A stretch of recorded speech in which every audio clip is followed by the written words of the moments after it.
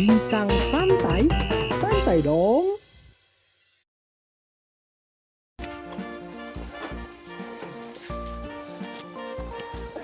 Mau kemana?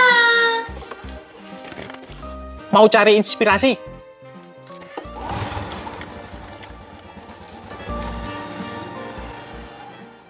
Sobat Bahagia, kita ketemu lagi di Canda Bahagia.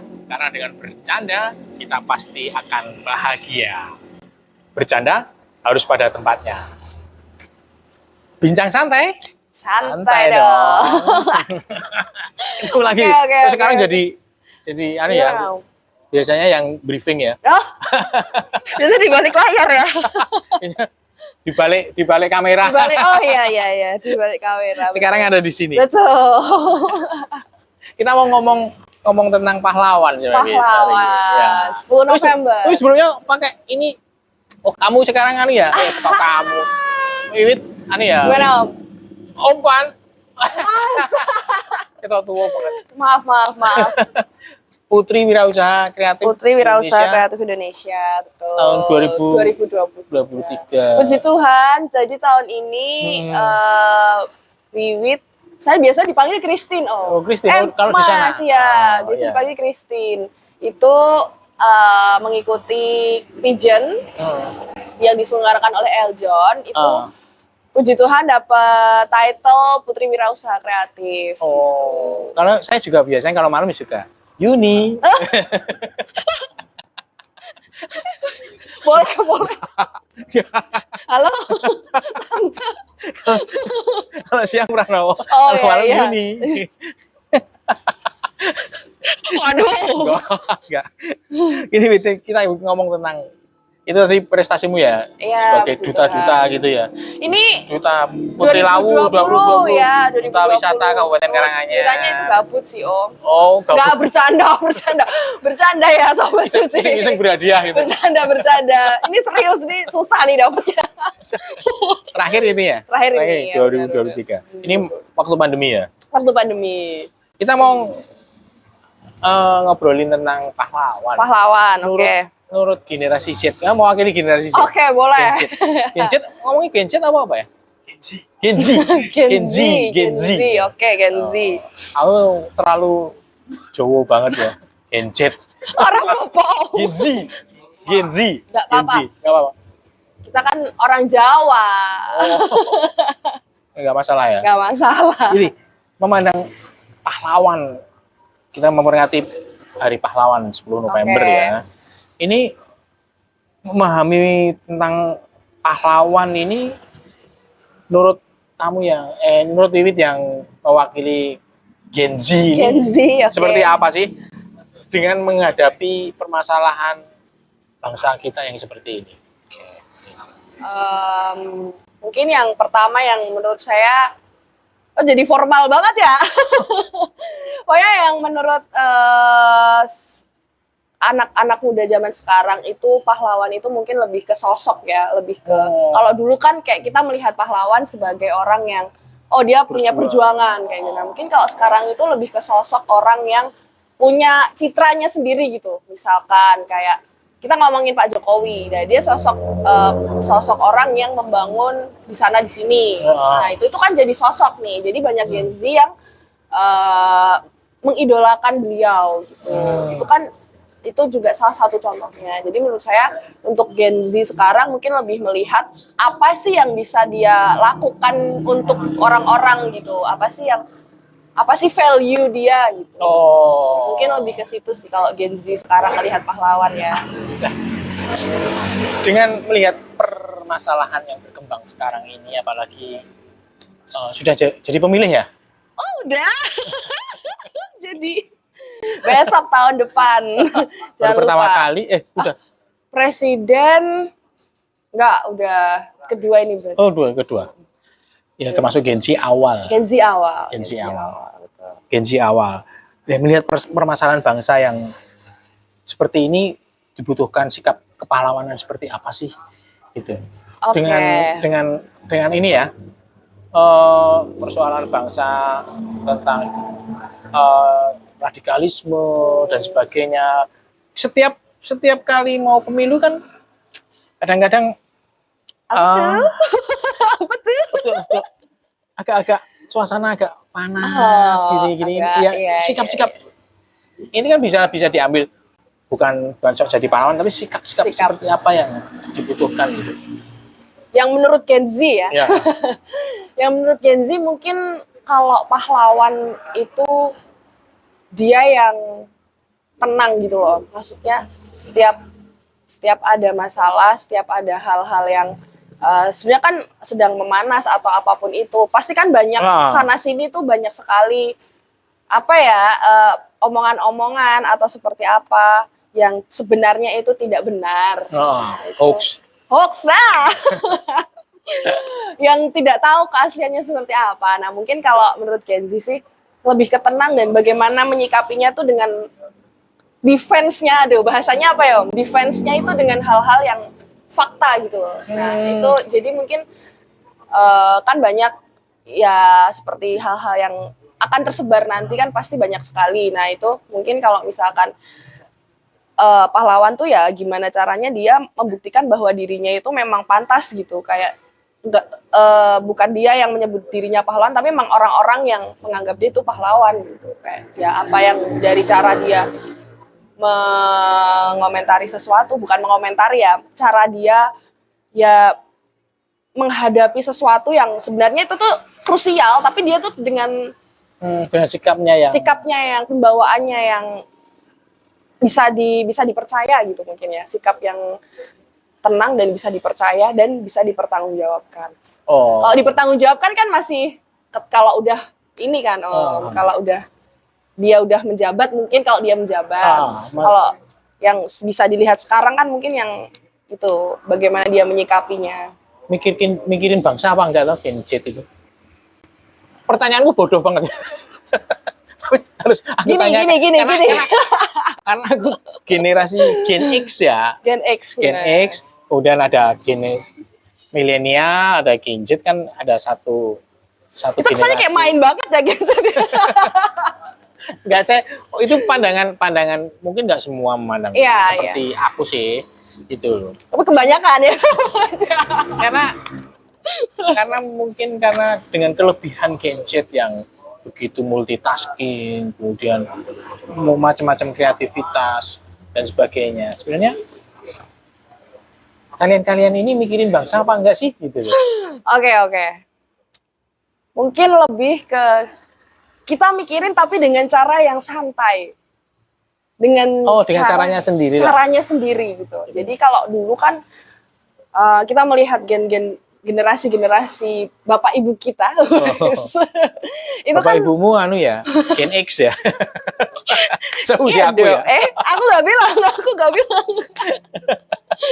Iya, maksudnya kalau kita melihat kan mereka tuh serius, mereka membawa dengan hal-hal yang apa-apa, ayo kita omongin dulu gitu. Kalau Gen Z tuh enggak. Gen Z tuh apa-apa dikontenin dulu. Jadi bukan maksud apa-apa, tapi itu salah satu cara Gen Z untuk mengekspresikan diri gitu. Kalau dulu kan mungkin cara mengekspresikan dirinya dengan ya bertemu dengan sesama sesama teman-temannya, sesama yang seusianya, bercengkrama atau bertukar apa yang sedang difikirkan. Nah, kalau Gen Z itu yang penting konten dulu, dilihat orang dulu. Nggak perlu viral, yang penting ekspresinya aja, kreativitasnya aja gitu. Jadi lebih mengeksplor pada ekspresinya. Iya, caranya dia untuk diapresiasi tuh gitu. Gimana ya gitulah. Sebenarnya saya mungkin baca dari survei ya. Oke. Masalah negara kita ini kan sebenarnya rada serius ini. Nggak apa-apa. Masalah penegakan hukum. Menurut generasimu ya, mereka sudah sebenarnya pernyataanku tadi nggak begitu 100% benar. Iya. Tapi mereka memandang bahwa permasalahan utama tentang bangsa ini adalah yang nomor satu itu adalah penegakan hukum. Menurut survei? Iya, survei. Ini generasimu yang menjawab. Kemudian yang kedua adalah masalah pluralisme dan toleransi. Nah, yang ketiga ini masalah pemberantasan korupsi. Oke. Nah, masalah yang lainnya mungkin kedaulatan ekonomi dan sebagainya itu kan cuma sedikit persen, kurang dari 10%. Tapi ya 3 hal itu sebenarnya. Nah, teman anak-anak Gen Z ini mengambil peran seperti apa sih melihat permasalahan bangsa yang menurut mereka ada 3 hal itu. Penegakan hukum, kemudian yang kedua itu tadi masalah pluralisme dan toleransi, kemudian yang ketiga itu masalah pemberantasan korupsi. Loh, hebat loh, mereka memandangnya seperti itu. Mungkin ini kita bicara soal trust ya, soal Iya. kepercayaan. Oh, iya. Jadi Gen Z itu kan apa yang dia lihat, apa yang dia percaya. Kebanyakan Gen Z itu seperti itu. Jadi kayak kalau misalkan melihat masalahnya yang terjadi selama ini, faktanya itu 3 hal itu yang ditunjukkan yang paling menonjol. Nah, penegakan hukum misal. Sekarang banyak kasus yang tumpul ke atas, Ya. lancip ke bawah. Ini dari berita-berita ya. Iya, nah itu kan yang dilihat Gen Z. Maksudnya mungkin kalau orang-orang tua kita udah tahu nih cerita backstory-nya mungkin bisa Iya, tahu. bisa. Kalau Gen Z kan yang tahu, ya yang di zaman sekarang yang dia lihat itu gitu. Iya. Itu mungkin yang jadi kepercayaan Gen Z terhadap penegakan hukum tuh di situ. Itu cuma salah satu contoh. Pasti masih banyak yang lain juga. Terus untuk korupsi dan pluralisme ya gimana? Isu itu selalu ada. Isu itu selalu ada. Jadi mungkin peran Gen Z itu lebih ke apa ya? Menyetabilkan kali ya. Kalau misalkan orang-orang di atas itu orang-orang di atas bahasanya. Maksudnya untuk mungkin kalau Gen Z itu yang bersuara gitu, menyuarakan hal-hal yang mungkin kalau rakyat-rakyat biasa itu susah mau ngomong. Kalau Gen Z itu berani. Jadi kelebihan Gen Z itu mungkin lebih ke speak up, berani ngomong gitu. Kayak penting mangkat urusannya buri carry lah gitu. Jadi kayak Gen Z itu berani kayak gitu. Jadi banyak sekarang konten-konten yang dibuat Gen Z itu konotasinya bukan menyindir ya, tapi lebih ke memparodikan. Cuman itu konsepnya tuh kita tuh sedang mengkritisi gitu. Nah, itu tuh sebenarnya apa yang dibuat konten Gen Z ini tuh niatnya adalah supaya orang-orang yang melihat konten ini tuh tahu kalau kita tuh sedang mengkritik hal yang tidak seharusnya terjadi. Tapi ya itu tadi dengan cara mengekspresikan dirinya itu. Iya. Ini memang kadang-kadang memang bukan kadang. Seringkali orang melihat bahwa Gen Z itu terlalu over Ekspresif, benar. Iya. Setuju. Over ekspresif. Over confident, terlalu percaya diri kata orang. Tapi kalau sebenarnya juga ada keprihatinan juga dengan melihat kondisi di sekitar, Nah, betul. kondisi bangsa. Jadi jangan memandang bahwa Gen Z ini terlalu Cuman konten-konten doang tuh sebenarnya enggak. Sebenarnya ya kita tuh karena kita melihat itu dan cara kita adalah seperti itu gitu. Karena kita melihat keprihatinan soal negara, misalnya kita ngomong negara ya. Kita melihat keprihatinan soal negara itu soal 3 hal penting tadi, penegakan hukum, pluralisme sama korupsi. Ya cara kita adalah dengan men-speak up-kan itu, dengan mengkontenkan itu. Jadi ya menjadi bahan. Nah, kalau menurut Wiwit sendiri, sebenarnya pahlawan yang di era sekarang itu seperti apa sih? Pahlawan di era Ya, sekarang. intinya kan rela berkorban ya. Rela Berkorban. Tapi dari yang dulu sampai sekarang ya. Seperti apa sih? Mungkin juga bisa disebut di bidang apa gitu loh. Karena zaman sekarang ini kan begitu cepat perubahannya Begitu cepat. Gitu loh. Nah, seperti apa sih sosok pahlawan? Yang pasti orang yang dia itu apa ya, untuk membantu sesamanya untuk terjun apa ya ke masyarakat. Dia itu nggak tanggung-tanggung gitu. Kayak ya dia tuh memang hidup untuk melayani.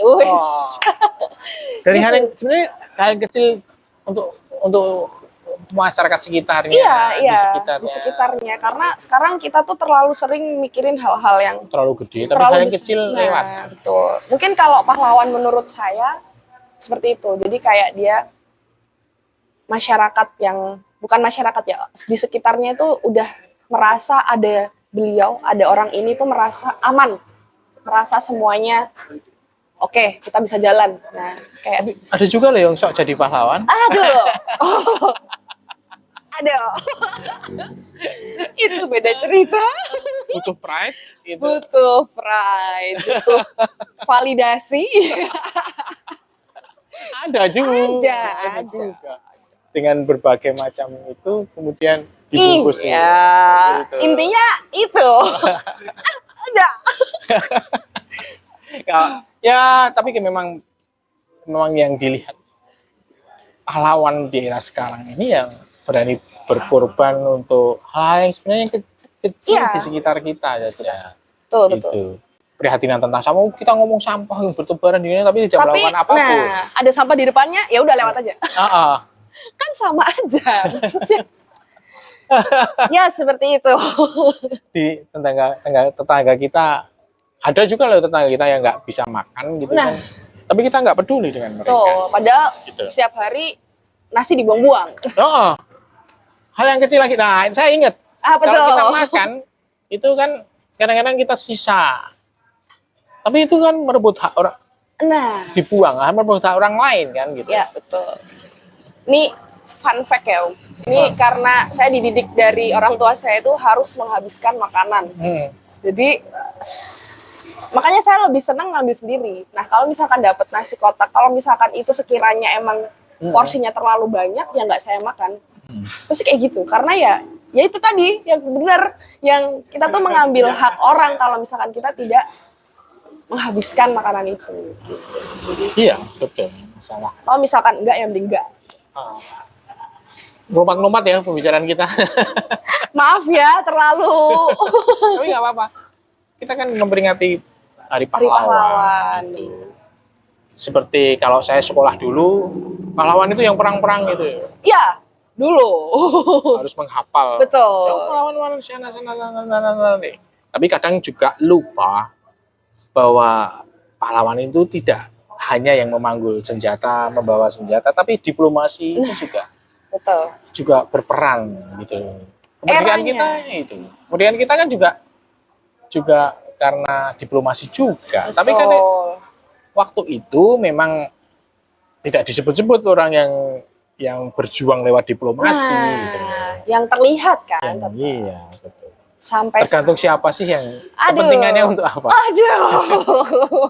Tapi sekarang gitu. ya kita bersyukur bahwa generasi Z ini kan, Gen Z ini kan sudah bisa melihat bahwa nilai-nilai kepahlawan yang di era sekarang itu dilihat dari hal yang di sekitarnya.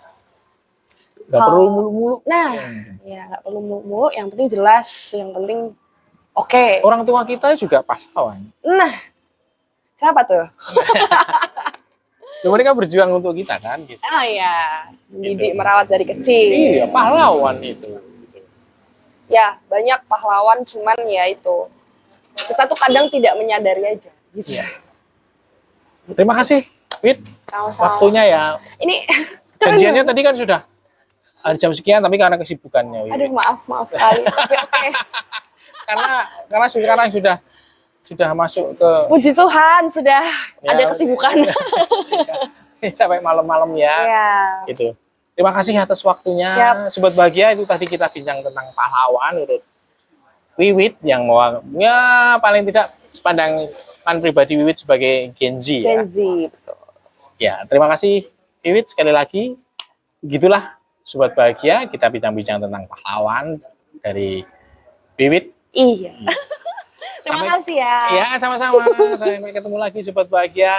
Selalu sehat dan selalu bahagia. Benar.